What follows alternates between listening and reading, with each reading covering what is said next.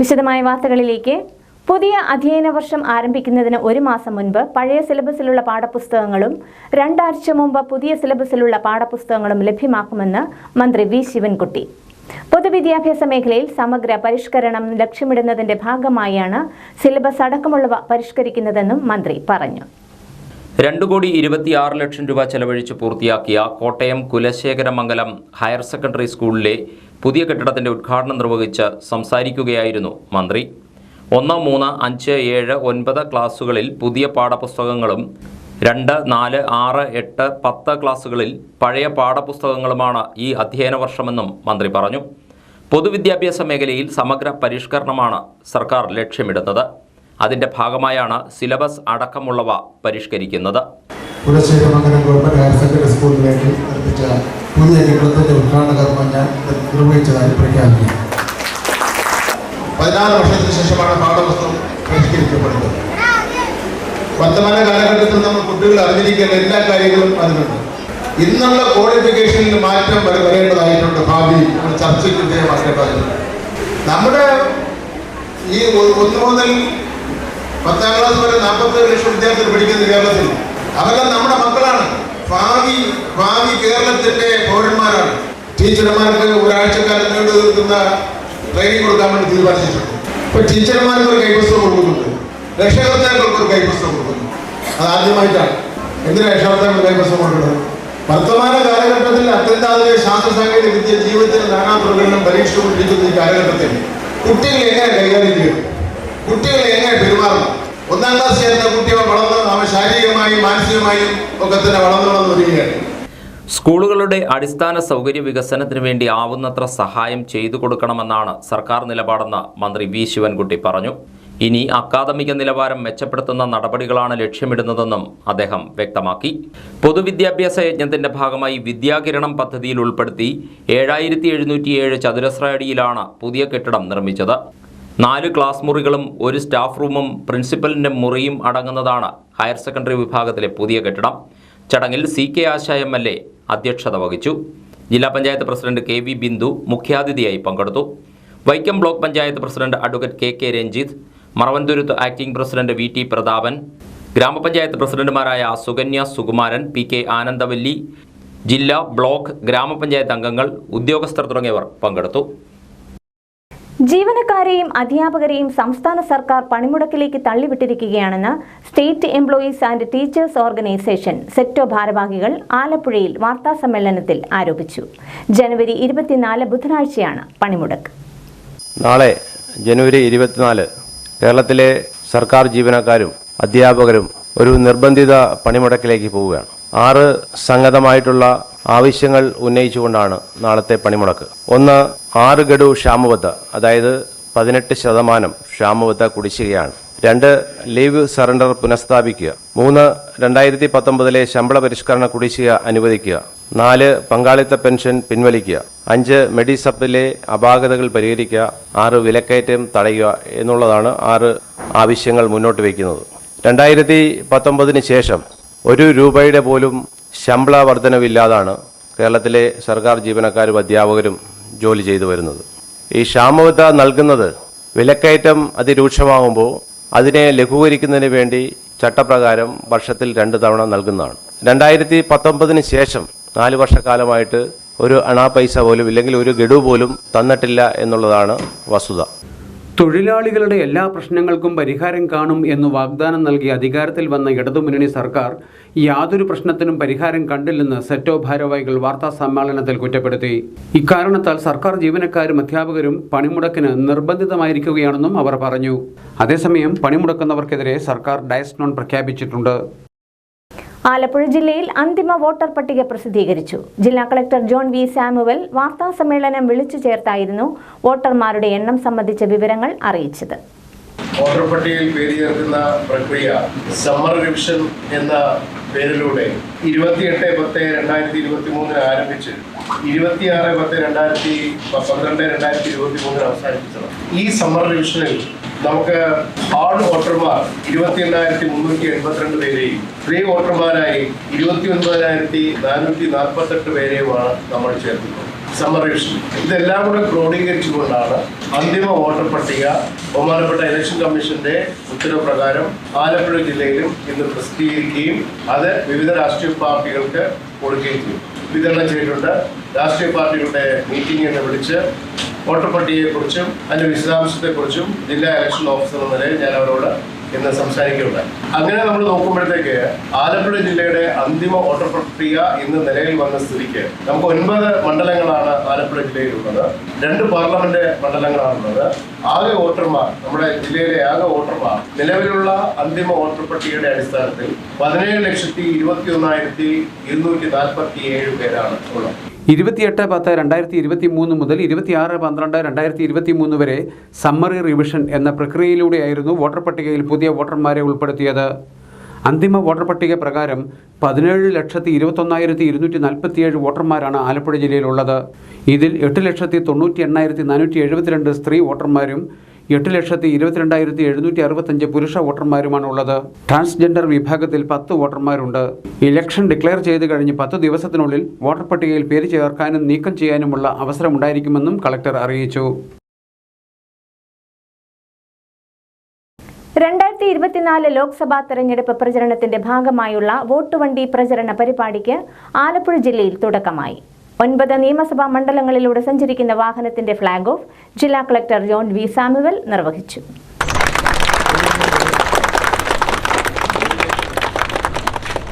രണ്ട് വാഹനങ്ങളാണ് ജില്ലയിൽ പര്യടനം നടത്തുന്നത്.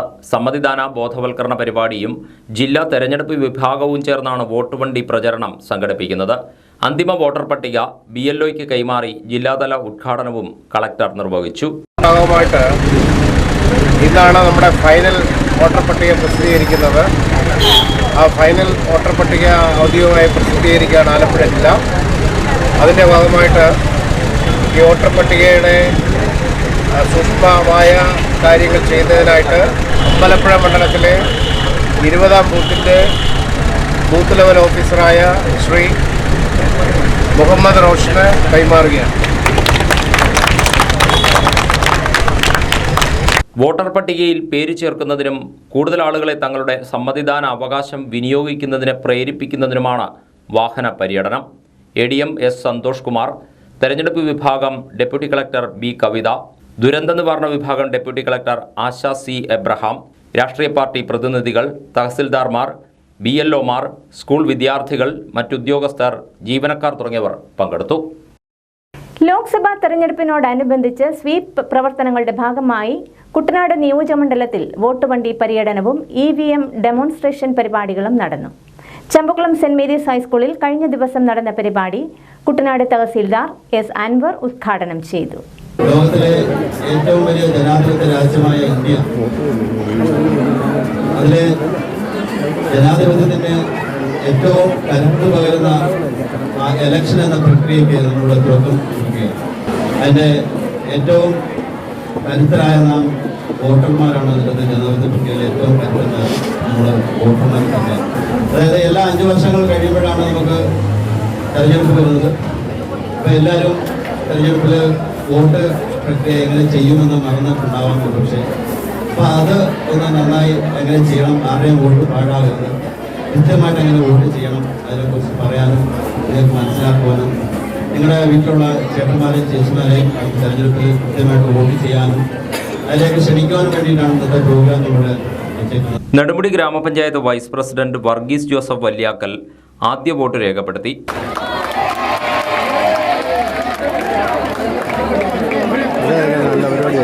വോട്ടുവണ്ടി പ്രയാണം ഗ്രാമപഞ്ചായത്ത് അംഗം സോഫിയാമ്മ ഫ്ളാഗ് ഓഫ് ചെയ്തു. Election deputy tahsildar R. Ajayan, booth level officer Joppan Joy Varikkad എന്നിവർ സംസാരിച്ചു. തുടർന്ന് സ്കൂൾ കുട്ടികളും അധ്യാപകരും രാഷ്ട്രീയ പാർട്ടി പ്രതിനിധികളും വോട്ട് രേഖപ്പെടുത്തി. പൊതുപ്രവർത്തകരായ ജിജോ നെല്ലുവേലി, B. ലാലി, മാത്യൂസ് തുടങ്ങിയവർ പങ്കെടുത്തു. വിദ്യാലയ മുത്തശ്ശി മിത്രക്കരി സെന്റ് സേവിയേഴ്സ് ഹൈസ്കൂൾ വജ്ര ജൂബിലി നിറവിൽ. ജൂബിലി സമാപന ചടങ്ങുകൾ വിപുലമായ പരിപാടികളോടെ നടത്തി. ചൊവ്വാഴ്ച രാവിലെ 10 ചേർന്ന വജ്ര ജൂബിലി സമാപന സമ്മേളനം കൊടിക്കുന്നിൽ സുരേഷ് MP ഉദ്ഘാടനം ചെയ്തു.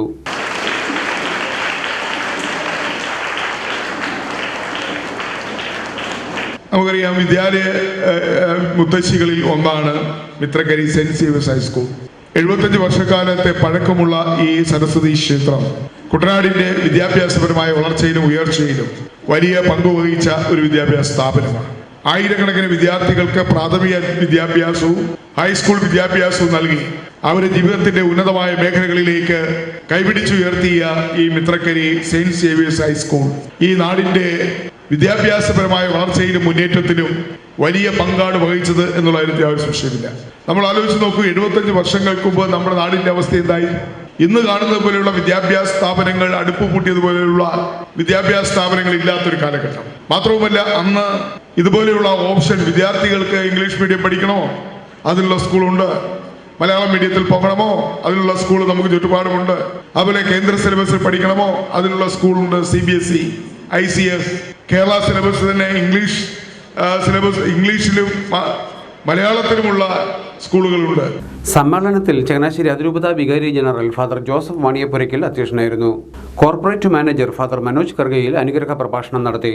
Vicar provincial CMC sister Sophie Rose, Kuttanad DEO S Ajitha, headmistress Sheena Paul, PTA president R Pradeep Kumar, general convener Robin Raju, പൂർവ്വ വിദ്യാർത്ഥി പ്രതിനിധികളായ NJ ജോസഫ് കുഞ്ഞ്, ജോൺ V ജോൺ വെങ്ങാന്തറ എന്നിവർ സംസാരിച്ചു. സ്കൂൾ കവാടത്തിൽ ജൂബിലി മെമ്മോറിയലായി നിർമ്മിച്ച ആർച്ചിന്റെ ഉദ്ഘാടനം വികാരി ജനറൽ ഫാദർ ജോസഫ് വാണിയപ്പുരയ്ക്കൽ നിർവഹിച്ചു.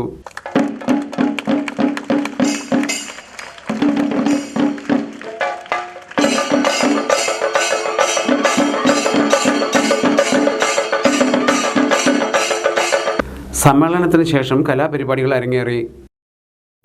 ജാതി സെൻസസ് നടപ്പിലാക്കണമെന്നാവശ്യപ്പെട്ട് KPMS നേതൃത്വത്തിൽ ജനുവരി 25-ന് സെക്രട്ടേറിയറ്റ് മാർച്ച് സംഘടിപ്പിക്കുന്നു. പരിപാടിയുടെ പ്രചരണാർത്ഥം KPMS നെടുമുടി യൂണിയന്റെ ആഭിമുഖ്യത്തിൽ തിങ്കളാഴ്ച വൈകിട്ട് വിളംബര ജാഥ സംഘടിപ്പിച്ചു. വൈകിട്ട് 5-ന് മങ്കൊമ്പ് തെക്കേക്കര ജംഗ്ഷനിൽ നിന്നും ആരംഭിച്ച വിളംബര ജാഥ KPMS മീഡിയ സംസ്ഥാന അസിസ്റ്റന്റ് കോർഡിനേറ്റർ സതീഷ് ബാലകൃഷ്ണൻ ഉദ്ഘാടനം ചെയ്തു.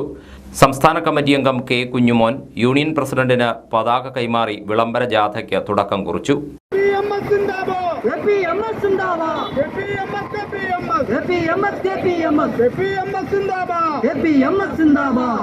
നിരവധി പ്രവർത്തകർ പങ്കെടുത്ത വിളംബര ജാഥ നെടുമുടി പൂപ്പള്ളിയിൽ സമാപിച്ചു.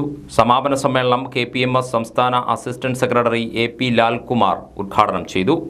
കേരളത്തിലും ജാതി സെൻസസ് നടപ്പിലാക്കണമെന്ന് ആവശ്യമുയർന്നു വരുമ്പോൾ മുന്നോക്ക സംവരണം നടപ്പിലാക്കുന്നതിന് പ്രതിപക്ഷമെന്ന നിലയിൽ സർക്കാരിനെ പിന്തുണച്ച കോൺഗ്രസും പ്രതിപക്ഷ കക്ഷികളും ഈ ജാതി സെൻസസ് നടപ്പിലാക്കണമെന്ന ആവശ്യം കേരളത്തിൽ ഉയർന്നിട്ട് ഭരണകക്ഷിയെ പോലെ തന്നെ മൗനവ്രതത്തിലാണ്, ഒരു അക്ഷരം ഉരിയാടാൻ തയ്യാറാവുന്നില്ല. രാജ്യത്തെ പൗരന്മാരുടെ സ്ഥിതി സമത്വവും സാമൂഹ്യ നീതിയും ഉറപ്പുവരുത്താൻ പ്രതിജ്ഞാബദ്ധമായിട്ടുള്ള രാഷ്ട്രീയ പ്രസ്ഥാനങ്ങൾ ഈ കാര്യത്തിൽ സ്വീകരിക്കുന്ന മൗനം എന്ന് പറയുന്നത് കുറ്റകരമായ മൗനമാണ് അനുവർത്തിക്കുന്നത്. അതുകൊണ്ട് തന്നെ അവർ സമൂഹത്തോട് സമ്മതിക്കേണ്ടതുണ്ട്, അഭിപ്രായം പറയേണ്ടതുണ്ട്, നിലപാട് വ്യക്തമാക്കേണ്ടതുണ്ട്. കേരളത്തിലെ ഏറ്റവും സംഘടിതമായിട്ടുള്ള നവോത്ഥാന പ്രസ്ഥാനങ്ങൾ ഈ കാര്യത്തിൽ അക്ഷന്തവ്യമായ മൗനമാണ് പുലർത്തുന്നത്. അവരൊരു പ്രസ്താവനയിലൂടെ പോലും ഈ ജാതി സെൻസസ് നടപ്പിലാക്കണമെന്ന് പറയുന്നത് ഒരു അനിവാര്യമായ സാമൂഹ്യം ആവശ്യമാണ് എന്ന് പ്രഖ്യാപിക്കാൻ പോലും അവർ തയ്യാറാവുന്നില്ല. സമ്മേളനത്തിൽ KPMS Nedumudi union president M Sivakumar അധ്യക്ഷനായി. Secretary M Suresh, vice president K Sasi, assistant secretary P Sunilkumar, Jayasree, media കോർഡിനേറ്റർമാരായ നീലിമ കുഞ്ഞുമോൻ, അർച്ചന എന്നിവർ സംസാരിച്ചു. കൈനഗരി ഗ്രാമപഞ്ചായത്തിൽ മഹാത്മാഗാന്ധി ദേശീയ ഗ്രാമീണ തൊഴിലുറപ്പ് പദ്ധതിയുടെ ഭാഗമായി നടവഴി നിർമ്മാണം ആരംഭിച്ചു. 9-ാം വാർഡിൽ തലപ്പള്ളി പാലം മുതൽ വെളുത്തേട വരെയുള്ള നടവഴിയുടെ നിർമ്മാണ ഉദ്ഘാടനമാണ് ചൊവ്വാഴ്ച നടന്നത്. നിർമ്മാണ ഉദ്ഘാടനം രാവിലെ 10-ന് പഞ്ചായത്ത് പ്രസിഡന്റ് MC പ്രസാദ് നിർവഹിച്ചു. അപ്പോൾ മഹാത്മാഗാന്ധി തൊഴിലുറപ്പ് പദ്ധതി ഉൾപ്പെടുത്തിക്കൊണ്ടാണ് ഇപ്പോൾ തലപ്പള്ളി പാലം മുതൽ വെളുത്തേട വരെയുള്ള 2 റീച്ചിൽ ഉൾപ്പെടുത്തി നടപ്പാത നിർമ്മിക്കുന്നത്. നമുക്കറിയാം 9-ാം വാർഡിൻ്റെ പടിഞ്ഞാറ് മേഖലയിലാണ് ഇത്തരം നടപ്പാതകളും റോഡുകളും എത്തേണ്ടതായിട്ടുള്ളത്. അതിന് ഏറെക്കുറെ അവസാന ഘട്ടമെന്ന നിലയിൽ പരിഹാരത്തിലേക്ക് നമ്മൾ മാറിക്കഴിഞ്ഞിട്ടുണ്ട്. GPM മുതൽ മുളമുറ്റം വരെയുള്ള റോഡിൻ്റെ പണി പൂർത്തീകരിക്കാൻ വേണ്ടി പോവുകയാണ്.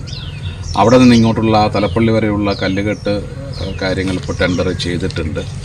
അപ്പോൾ ഇതിനിടയിലെ മറ്റ് സൗകര്യങ്ങൾ ഈ ഭാഗത്തെ ജനങ്ങൾക്ക് ലഭ്യമാക്കാൻ വേണ്ടിയിട്ടാണ് നമ്മൾ നേരത്തെ തന്നെ NREGയിലെ 5 ലക്ഷം രൂപയുടെ വർക്ക് ടെൻഡർ ചെയ്തെങ്കിലും ആ വർക്ക് പിടിക്കാൻ വേണ്ടി തയ്യാറായില്ല. അപ്പോൾ ഞങ്ങൾ പരിശോധിച്ചപ്പോൾ നമ്മുടെ പുതിയ പഞ്ചായത്ത് വന്നതിന് ശേഷം നമുക്ക് കാര്യമായി NREGയിലെ നിരവധി തൊഴിലുറപ്പ് പദ്ധതികൾ നമ്മൾ സംഘടിപ്പിക്കുന്നുണ്ടെങ്കിലും ഇത്തരം ആസ്തി ഉണ്ടാക്കാൻ കഴിയുന്ന വർക്കുകൾ വളരെ കുറവായിരുന്നു. ഉദ്ഘാടന യോഗത്തിൽ ബ്ലോക്ക് പഞ്ചായത്ത് അംഗം മധു സി കുളങ്ങര അധ്യക്ഷനായിരുന്നു. NREG AE Chinmachandran, overseer Sukanya Babu, contractor Satheesh Kumar, തൊഴിലുറപ്പ് തൊഴിലാളികൾ തുടങ്ങിയവർ പങ്കെടുത്തു. ജനുവരി 22-ന് യൂണിറ്റ് കേന്ദ്രങ്ങളിൽ AIYF ഇന്ത്യ സംരക്ഷണ സംഗമം നടത്തുകയും ദേശ സംരക്ഷണ പ്രതിജ്ഞ ചൊല്ലുകയും ചെയ്തു. മതേതരത്വം തകരുന്ന ഇന്ത്യക്കും മതരാഷ്ട്രവാദത്തിനും എതിരായായിരുന്നു പരിപാടി. മങ്കൊമ്പ് യൂണിറ്റിൽ നടത്തിയ പരിപാടി AIYF ജില്ലാ സെക്രട്ടറി സനൂപ് കുഞ്ഞുമോൻ ഉദ്ഘാടനം ചെയ്തു.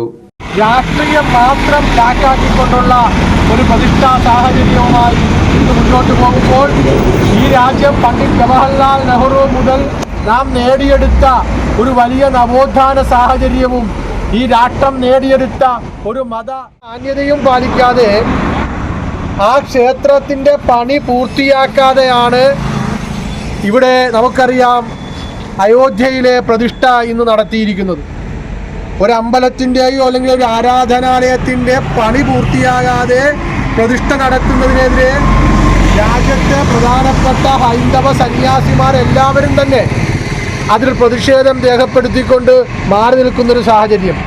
CPI മണ്ഡലം സെക്രട്ടേറിയറ്റ് അംഗം K Kamaladevi, Champakulam local committee secretary Thomas Joseph, AIYF നേതാക്കളായ M സന്തോഷ് കുമാർ, KM സതീഷ്, മനോജ് വിജയൻ, ചിക്കു തുടങ്ങിയവർ പങ്കെടുത്തു.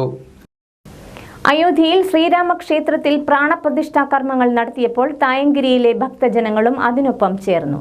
ശ്രീദേവി ക്ഷേത്രത്തിൽ നടന്ന ചടങ്ങുകളിൽ നിരവധി പേർ പങ്കെടുത്തു.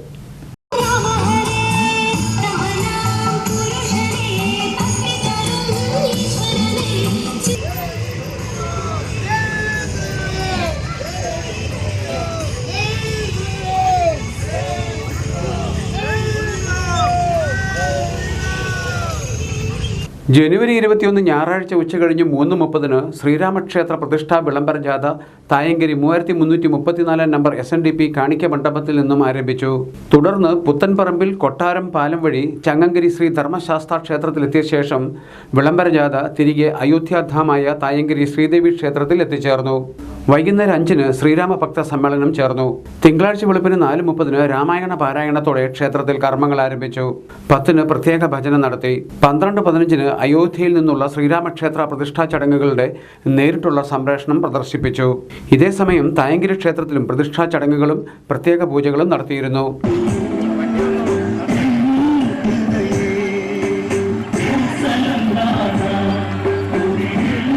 തിങ്കളാഴ്ച വൈകുന്നേരം കുട്ടികളെ ശ്രീരാമവേഷം ഉൾപ്പെടെ അണിയിച്ചൊരുക്കി നടത്തിയ ഘോഷയാത്ര അയ്യപ്പ സേവാ സംഘത്തിൽ നിന്ന് ആരംഭിച്ച് SNDP കാണിക്ക മണ്ഡപത്തിൽ എത്തി തിരികെ ക്ഷേത്രാങ്കണത്തിൽ എത്തിച്ചേർന്നു. ഘോഷയാത്രയിൽ പൂത്താലമേന്തിയ വനിതകളും അണിനിരന്നു. ചടങ്ങിന്റെ ഭാഗമായി തായങ്കരി ഗ്രാമം ഒന്നാകെ ദീപാലങ്കൃതമായിരുന്നു. തലവടി കുന്തിരിക്കൽ CMS ഹൈസ്കൂളിന് പൂർവ്വ വിദ്യാർത്ഥി സംഘടന നിർമ്മിച്ചു നൽകിയ കൊടിമരത്തിന്റെ സമർപ്പണം നടന്നു. പൂർവ്വ വിദ്യാർത്ഥിയും സ്കൂൾ ലോക്കൽ മാനേജറുമായ റവറൻ മാത്യു ജില്ലോ നൈനാൻ സമർപ്പണ ശുശ്രൂഷ നിർവഹിച്ചു. ഞങ്ങളുടെ കർത്താവായ യേശുമശിഹാ മൂലം ഞങ്ങൾ നിന്നോട് അപേക്ഷിക്കുന്നു. ഞങ്ങളുടെ സങ്കേതം ബലമാകുന്ന കർത്താവേ, ഞങ്ങളുടെ ദൈനംദിനകാമൃത്യങ്ങളിൽ നീ ഞങ്ങളോടുകൂടെ ഇരിക്കണമേ. ഈ കുടുംബത്തിന്റെ നാഥനും ഈ സ്കൂളിന്റെ രക്ഷകനായി നിന്നെ അംഗീകരിക്കുവാൻ പൂർവ്വ വിദ്യാർത്ഥിയും CSI സഭ മുൻ മോഡറേറ്ററുമായ ബിഷപ്പ് തോമസ് K ഉമ്മൻ കൊടിമരത്തിൽ സ്കൂൾ പതാക ഉയർത്തി ഉദ്ഘാടനം നിർവഹിച്ചു. Headmaster Rejil Sam Mathew, staff secretary Annie Kurian, PTA president Sarama Jacob, നിർമ്മാണ കമ്മിറ്റി കോർഡിനേറ്റർ റോബി തോമസ്, പൂർവ്വ വിദ്യാർത്ഥികളായ Aby Mathew, Sujeendra Babu, advocate Isaac Raju, Jacob Cherian, Saji Abraham, doctor Johnson V Idikkula, Shailaja Mathew എന്നിവർ സംസാരിച്ചു. കൊടിമരം നിർമ്മിച്ച മനോജ് മുക്കാംതറയെ ചടങ്ങിൽ അനുമോദിച്ചു.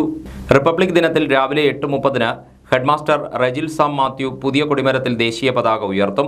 മെയ് 19 നടക്കുന്ന പൂർവ്വ വിദ്യാർത്ഥി സമ്മേളനത്തോടനുബന്ധിച്ച് പ്രസിദ്ധീകരിക്കുന്ന സുവനീറിൽ ഉൾപ്പെടുത്തുന്നതിനുള്ള പഴയകാല ഫോട്ടോകൾ, സാഹിത്യ രചനകൾ എന്നിവ ഫെബ്രുവരി 20 മുമ്പ് 9495537661 എന്ന വാട്സപ്പ് നമ്പറിലേക്ക് അയക്കണമെന്ന് സംഘാടക സമിതി അറിയിച്ചു. യുവതിയുടെ ചിത്രം മോർഫ് ചെയ്ത് സമൂഹ മാധ്യമങ്ങളിൽ പ്രചരിപ്പിച്ച യുവാവിനെ മാന്നാർ പോലീസ് അറസ്റ്റ് ചെയ്തു. മാവേലിക്കര കണ്ണമംഗലം കടവൂർ വിളയിൽ കിഴക്കേതിൽ ജിഷ്ണുവിനെയാണ് യുവതിയുടെ പരാതിയുടെ അടിസ്ഥാനത്തിൽ പോലീസ് അറസ്റ്റ് ചെയ്തത്. 19-കാരനായ ജിഷ്ണു ഇൻസ്റ്റഗ്രാമിൽ നിന്ന് യുവതിയുടെ ഫോട്ടോയെടുത്ത് നഗ്ന ചിത്രങ്ങളാക്കി മോർഫ് ചെയ്ത് ഇവരുടെ സുഹൃത്തുക്കളുടെ ഫോണിലേക്ക് അയക്കുകയായിരുന്നു. ഈ വിവരമറിഞ്ഞ യുവതി മാന്നാർ പോലീസിൽ പരാതി നൽകി. തുടർന്ന് ഇൻസ്പെക്ടർ ജോസ് മാത്യുവിന്റെ നേതൃത്വത്തിൽ നടത്തിയ അന്വേഷണത്തിലാണ് പ്രതിയെ അറസ്റ്റ് ചെയ്തത്. മാന്നാർ ഉളുന്തി സെന്റ് ആൻസ് ചർച്ചിലെ പാതുകാവൽ തിരുനാൾ മഹോത്സവത്തിന് കൊടിയേറി. തിങ്കളാഴ്ച വൈകിട്ട് 5-ന് പള്ളിയിൽ നടന്ന പ്രത്യേക പ്രാർത്ഥനയ്ക്ക് ശേഷം ഇടവക വികാരി ഫാദർ സൈജു ജോർജ് കൊടിയേറ്റ് കർമ്മം നിർവഹിച്ചു.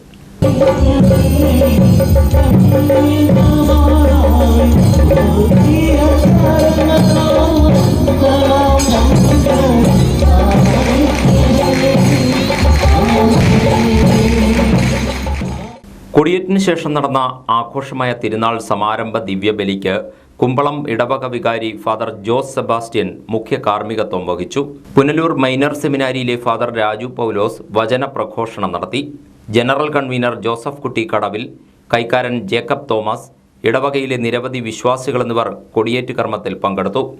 ജനുവരി 26-ന് വൈകുന്നേരം നടക്കുന്ന സമാപന പ്രദക്ഷിണത്തോടെ പാതുകാവൽ തിരുനാളിന് കൊടിയിറങ്ങും.